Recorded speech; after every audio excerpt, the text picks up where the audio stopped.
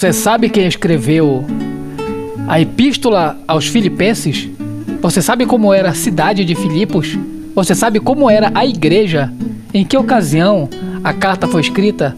Quais os destinatários da carta? Você sabe em que data essa carta foi escrita? Você sabe quais os problemas, os ensinamentos da carta aos Filipenses? Se você quer saber tudo isso, você quer entender este sentido teológico da carta, você quer conhecer com mais profundidade a epístola aos Filipenses, então não saia dessa introdução, fica comigo, a gente vai ver tudo isso numa introdução aos Filipenses e muito mais logo depois da vinheta.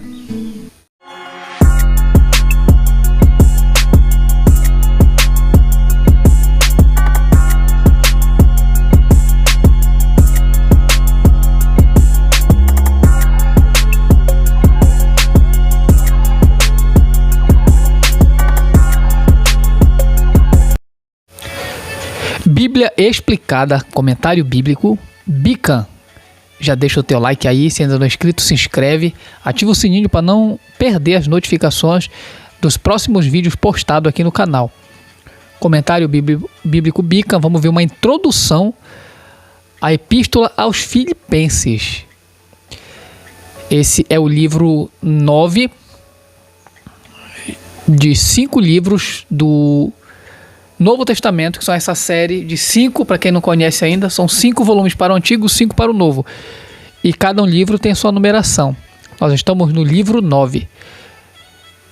Dê uma olhada nas outras introduções aí, desde o Evangelho de Mateus, estamos agora aqui aos Filipenses, uma introdução aos Filipenses. Depois vamos estar trazendo o comentário de cada capítulo, de cada passagem do Novo Testamento da Bíblia Sagrada. O estudioso neste livro é John A. Knight. Foi quem comentou a carta aos Filipenses. Vamos ver uma introdução. Vamos ver nessa introdução, vamos ver na parte A cidade e a igreja em Filipos. Vamos ver na parte A. Na parte B, a gente vai ver a autoria, quem foi o autor dessa carta. Vamos ver na parte C, depois da autoria, vamos ver lugar e data da escrita, qual o lugar em que essa epístola foi escrita e qual a data, muito top. Na parte D a gente vai ver o caráter e o propósito. Qual o caráter? Para que propósito essa carta foi escrita? Com qual propósito? Vamos ver tudo isso aqui. Tudo isso e muito mais, vamos ver agora nessa introdução na carta, ou seja, na epístola, melhor dizendo, na epístola aos Filipenses. Na introdução, vamos ver parte A, cidade e igreja em Filipos. A cidade de Filipos recebeu este nome em homenagem a Felipe, pai de Alexandre. O local foi cenário de batalha entre Brutus e Otavianos, que deu a origem ao Império Romano em 42 a.C. Otaviano Augusto, o chefe do novo estado, reconstituiu Filipos e encheu de seus próprios soldados, tornando-a posto fronteiro ou fronteiriço, militar e colônia romana. A localização estratégica da cidade tornou esta colonização extremamente vantajosa. Controlava uma das principais rotas entre a Europa e a Ásia. Era a primeira cidade da Macedônia. Você vai ver isso em Atos capítulo 16, versículo 12. Ou a principal, né? Como fala a Bíblia BAB, BJ e NVI. Significando evidentemente o ponto leste mais distante de Roma e a primeira cidade depois de entrar na Macedônia vindo do leste. Os habitantes de Filipos eram cidadãos romanos e por isso gozavam privilégios especiais com o direito de voto, sendo governados por senado e magistrados próprios e não pelo governador da província. A língua oficial daquela cidade era o latim, embora o grego fosse a língua comumente usada. A colônia era uma miniatura de cidade imperial. Seus cidadãos orgulhavam-se de sua ligação com Roma. Filipos reunia indivíduos de nacionalidades diversas, gregos, romanos, asiáticos, representando faces diferentes de filosofia, religião e superstição. Os habitantes eram religiosamente zelosos, fato atestado pelos achados arqueológicos das pedras perto de Filipos, que foi chamada um verdadeiro museu de mitologia.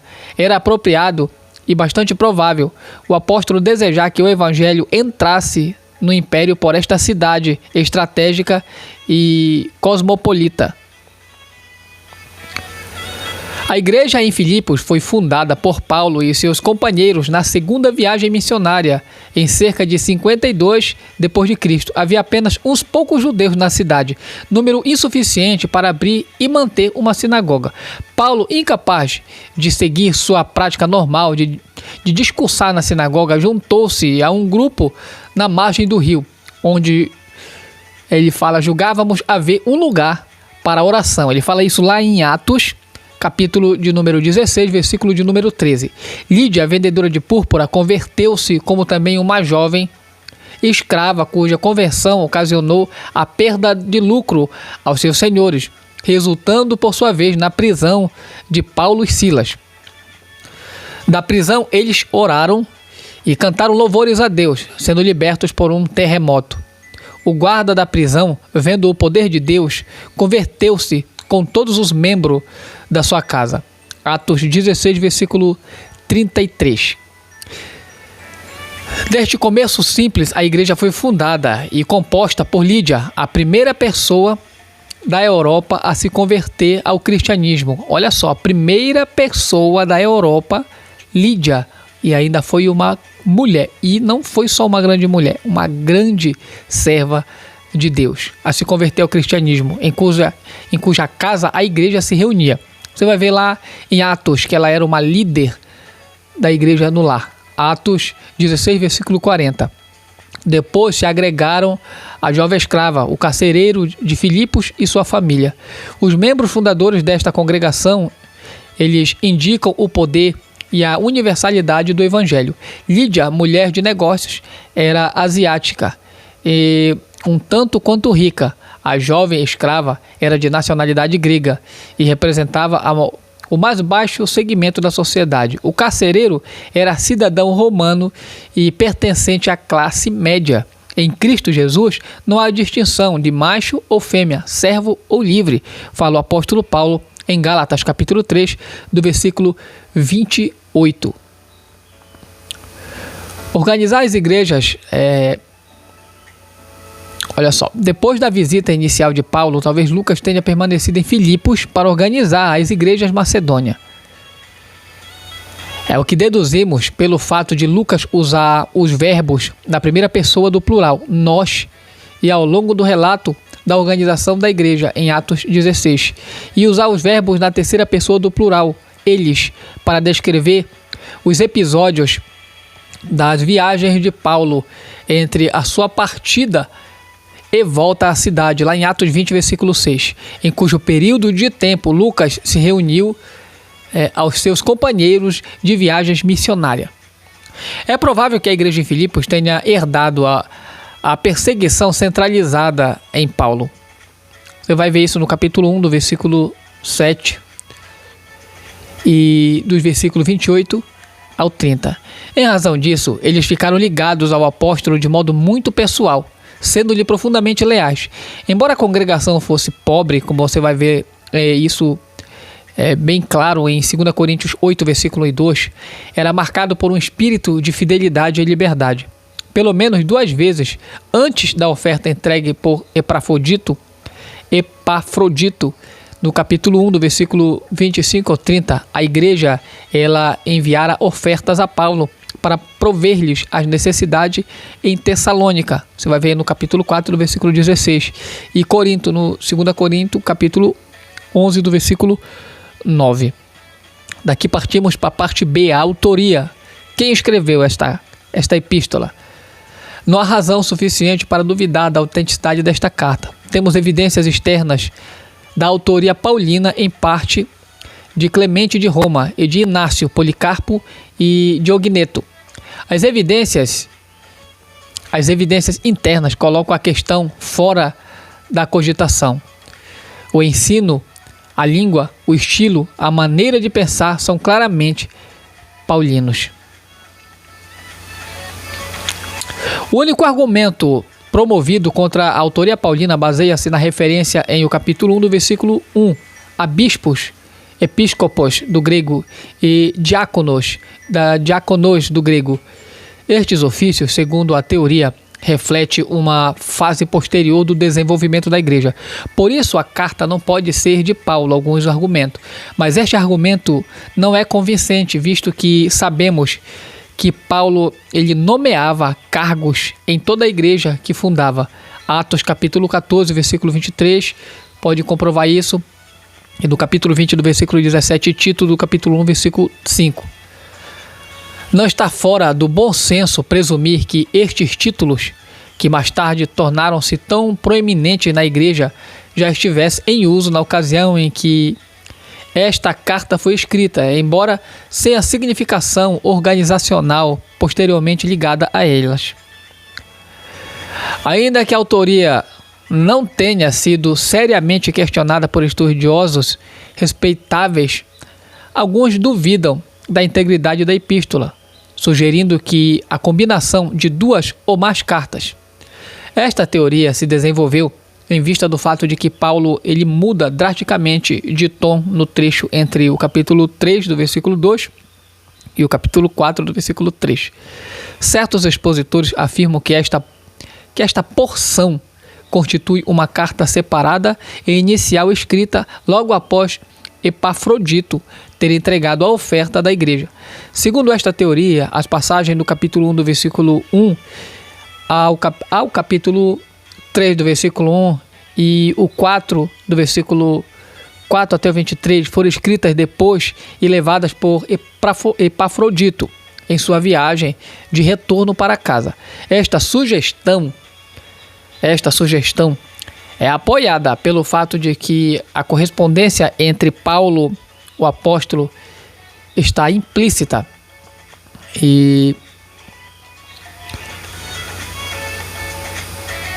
também pela referência expressa de Policarpo às cartas do plural de Paulo à igreja em Filipos.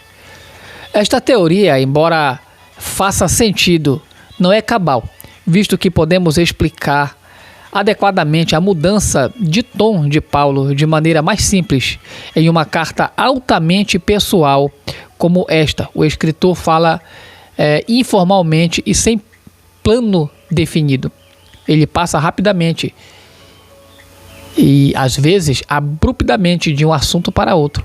Além disso, é provável que Paulo esteja respondendo ponto por ponto a carta ou cartas dos filipenses, em cuja missiva eles provocaram tal mudança e humor, levantando a questão dos judaizantes, ou até talvez as recaídas dos convertidos gentios, como se pode ver no capítulo 3 do versículo 2. Não é difícil deduzir que Paulo está usando este método de redação da carta inteira, como se pode confirmar do capítulo 1 do versículo 12 ao capítulo 2 do versículo 3 e o versículo 27, o capítulo 4 do versículo 2, o capítulo 4 do versículo 8 e também o versículo 15. Não há como fundamentar alegações persuasivas pela referência de Policarpo às cartas, visto que o plural às vezes era usada para aludir a uma única composição literária. Portanto, a autoria paulina é praticamente inquestionável e as evidências são insuficientes para levantar dúvidas sobre a integridade desta epístola. Vamos ver a parte C, que trata sobre lugar, a data da escrita. A opinião tradicional é que Paulo estava na prisão em Roma quando escreveu a epístola. Certos expositores eles rebatem dizendo que ele estava em Éfeso ou Cesareia. As duas últimas teorias são censuráveis. Não há como ter certeza de que Paulo estava na prisão em Éfeso.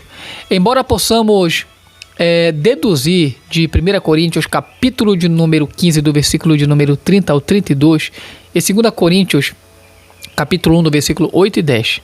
Mesmo assim, a duração não poderia ter sido longa, e a epístola dá a entender um cativeiro prolongado.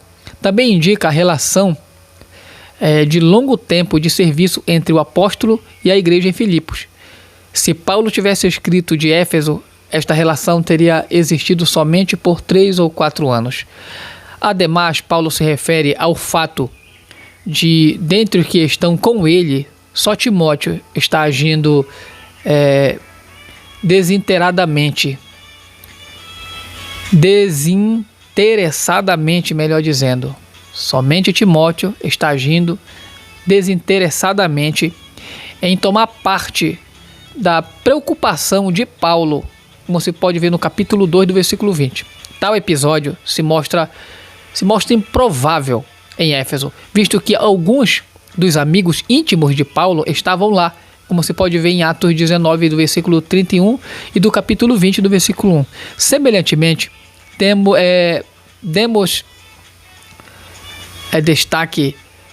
devemos destacar a teoria de Cesareia. Sabemos que em Cesareia, Paulo não estava em perigo imediato de vida. A prisão de Cesareia não justificaria o tom de martírio que caracterizava Filipenses.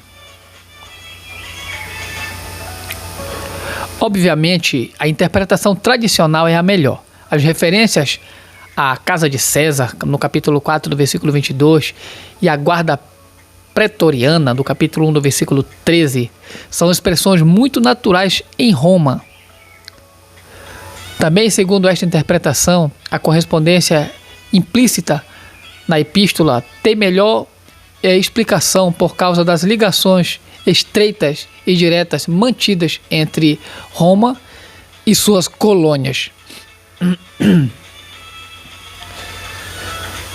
Se aceitarmos a prisão romana, a carta foi escrita aproximadamente em 60. Olha só, se aceitarmos a prisão romana, a carta foi escrita aproximadamente entre 60 a 61 depois de Cristo. Esta data ela se situa durante o cativeiro de 2 anos de Paulo, como se pode ver isso em Atos capítulo 28, do versículo 16 ao 31, em cujo começo lhe foi permitido morar em casa alugada por ele em Atos 28, 30. A carta foi escrita perto do fim deste aprisionamento, depois que as trocas de correspondências vencessem os quase 1.300 quilômetros que separavam Paulo e seus leitores, e possivelmente após as liberdades que Paulo tinha na prisão fossem grandemente reduzidas. Parte D. Caráter e propósito dessa carta. Esta carta é a expressão espontânea e afetuosa de alguém que, quando se lembra dos filipenses, sente afeição por eles. Você vai ver isso no capítulo 1 do versículo 3. Foi escrita como de amigo para amigo, com a possível exceção de 2 Coríntios e Filemon. Este é o mais pessoal e informal de todos os escritos do apóstolo. Vemos a qualidade pessoal da carta no fato de que Paulo usa o pronome pessoal cerca de 100 vezes, apesar de Cristo, em lugar do apóstolo, ser constantemente exaltado. Seu caráter informal reflete-se na mudança rápida de Paulo de um tema para outro. Você vai ver no capítulo 2, do versículo 18, o versículo também 19 ao 25, do versículo 25 ao 30, do capítulo 3, do versículo 1, o versículo 2, o versículo 3 e o capítulo 4, do versículo 14 e o versículo 15. Há também a ausência de referência a ele como apóstolo, fato que caracteriza todas as suas outras cartas, exceto as duas aos Tessalonicenses, e a epístola a Filemon. Filipenses é mais calma que Gálatas, mais pessoal e afetuosa que Éfeso, menos preocupadamente controversa que Colossenses e mais cautelosa e simétrica que Tessalonicenses. E claro, mais ampla em suas aplicações que as mensagens pessoais a Timóteo, Tito e Filemon. Não se esqueça de se inscrever e ativar o sininho. Deixa o teu like, deixa o teu comentário aí. A ocasião para a carta é o retorno de Epafrodito a Filipos. Na qualidade de um dos líderes da igreja, ele tinha levado uma oferta dos crentes filipenses a Paulo na prisão, com instruções para ficar e ajudar o apóstolo em Roma. Você vai ver no capítulo 2, do versículo 25 e o versículo 30. No capítulo 4, do versículo 10 ao versículo 18. Ao cumprir a missão, Epafrodito ficara perigosamente doente. A igreja ficara sabendo da doença e essa preocupação foi comunicada a Paulo. Por isso ele escreve para agradecer a generosidade dos crentes filipenses no capítulo 4, do versículo 14 ao 16, e acabar com a ansiedade que tinham relativa ao bem-estar de Epafrodito, além de lhes assegurar, por causa da sua fidelidade, boa recepção em casa, como fala o capítulo 2, do versículo 20 até o 30. No geral, um espírito de unidade caracteriza a igreja filipense. Ainda que Paulo ache necessário repreender duas senhoras, o nome delas são Evódia e Sintique, para que cheguem a um acordo diante do Senhor. Ele fala no capítulo 4, do versículo 2. O propósito primário da carta não é ético, nem é doutrinário. Embora o apóstolo ore para que os filipenses cresçam em conhecimento e percepção, como você pode ver no capítulo 1, do versículo 9, na Bíblia Revista Atualizada. Não obstante, existem preceitos doutrinários e morais manifestos e calorosamente entrelaçados. Por exemplo, no contexto da referência de Paulo a pequenas dissensões pessoais na igreja que ocorre a clássica passagem do Quinose, do capítulo 2, do versículo 13 e 10. Ao mesmo tempo em que adverte contra os judaizantes, ou talvez gentios que tenham caído da fé, e contra a noção de que a perfeição é atingível pelas obras, como você pode ver no capítulo 3, do versículo 2. Ele incentiva que os leitores andem de modo digno da verdadeira cidadania que está nos céus. Ele fala no capítulo 3, do versículo 17 ao 21, e que olhem para o dia final de Cristo como o corredor mantém os olhos fixos na meta. Ele vai falar isso lá no capítulo 3, do versículo 13 e também o versículo 14. Assim, ele entretece habilmente assuntos doutrinários e práticos com um padrão único e perfeito. Denominada a Epístola das Coisas Excelentes, Filipenses é bom resumo de tudo que Paulo dissera às igrejas nas suas epístolas anteriores escritas. Não hesita em sua fidelidade ao Evangelho, ao qual se refere 9 vezes, do capítulo 1, do versículo 5, do versículo 7, do versículo 12, do versículo 16, do versículo 27, no capítulo 2, do versículo 22, no capítulo 4, do versículo 3 e no capítulo 4, do versículo 15. Umas 20 vezes o autor usa termos como regozijar, ação de graças, contentar-se, louvor e assemelhados, e nenhuma delas dependente das circunstâncias externas.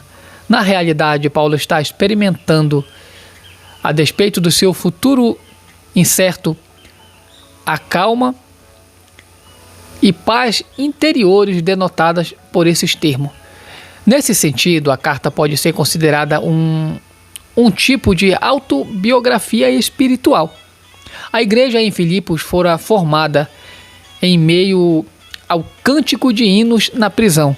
E agora, de outra prisão, Paulo escreve com alegria para esta igreja, no capítulo 1, no versículo 4. Não admira que esta carta tenha sido chamada carta de cântico ou carta de amor. Trata-se de uma carta de fé. Ela personifica a confiança do apóstolo de que, como no caso da fiel igreja filipense, cujas origens foram humildes, as coisas pequenas não serão menosprezadas. Você pode ver no capítulo 1 do versículo de número 6. O trabalho de fé em que Paulo fez nesta igreja teve recompensa conforme mostra a epístola de Policarpo aos Filipenses, escrita uns 60 anos depois da última visita de Paulo a Filipos. Este documento nos informa que a igreja filipense ainda permanecia firme. A ideia fundamental da carta é participação, ou seja, do grego koinonia.